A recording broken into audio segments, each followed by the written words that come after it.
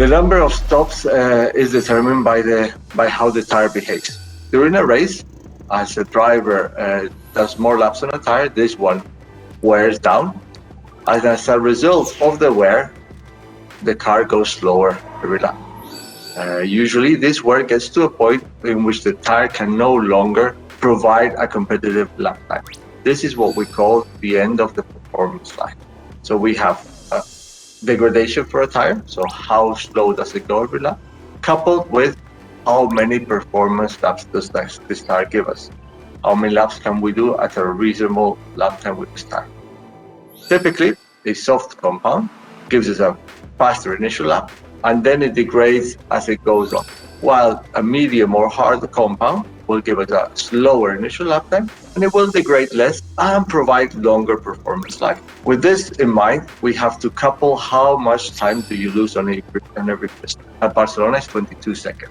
Now the trade-off, as you can see on the plot, is one stop. You drop 22 seconds and then you go to the end, or I couple two stops of 22 seconds and I suffer less degradation as a result of having shorter stint.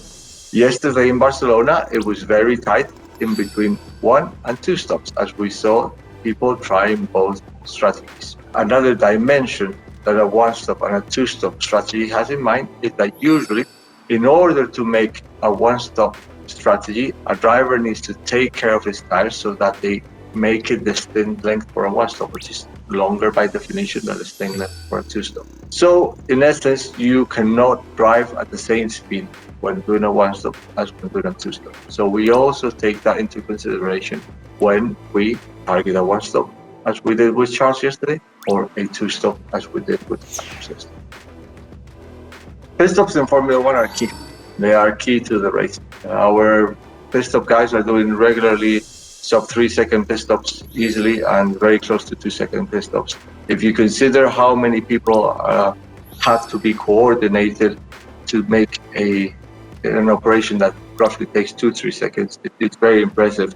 And it is furthermore more impressive when you take into consideration that any little mistake of any of these people can put the whole operation at jeopardy. Yesterday at Barcelona Grand Prix, we saw clearly how a good pit stop can gain you track position. Carlos stopped on lap 22 yesterday and gambled for a undercut on Ocon on the Alpine. And thanks to a very good pit stop from our crew, Carlos was able to emerge out of the pits ahead of Ocon, which gave him free air for his two-stop strategy, which was critical to make.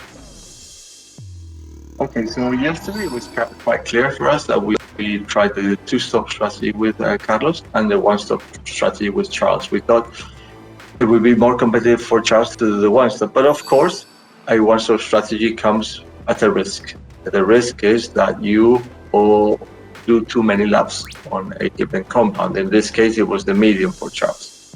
Sometimes you have the luxury of getting a free pit stop. What does a free pit stop mean? A free pit stop is when you can stop without losing position. Yesterday with Charles, we had the luxury that on lap 58, Perez was more than 22 seconds behind us. As a matter of fact, he was more than 30 seconds behind us.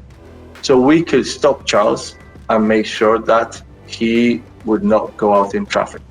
We did that just to minimize the risk of running out of rubber on his very long medium stint.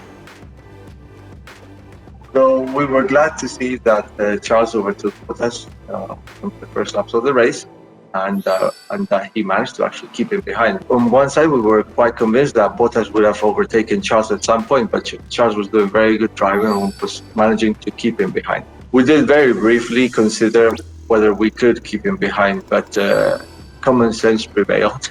And we realized that at this stage, the Mercedes is a much stronger car. And so very early on in the race, we decided to ignore Bottas and let him do his own race so that Charles can do his fastest possible race and try and beat the Red Bull behind, which was already a difficult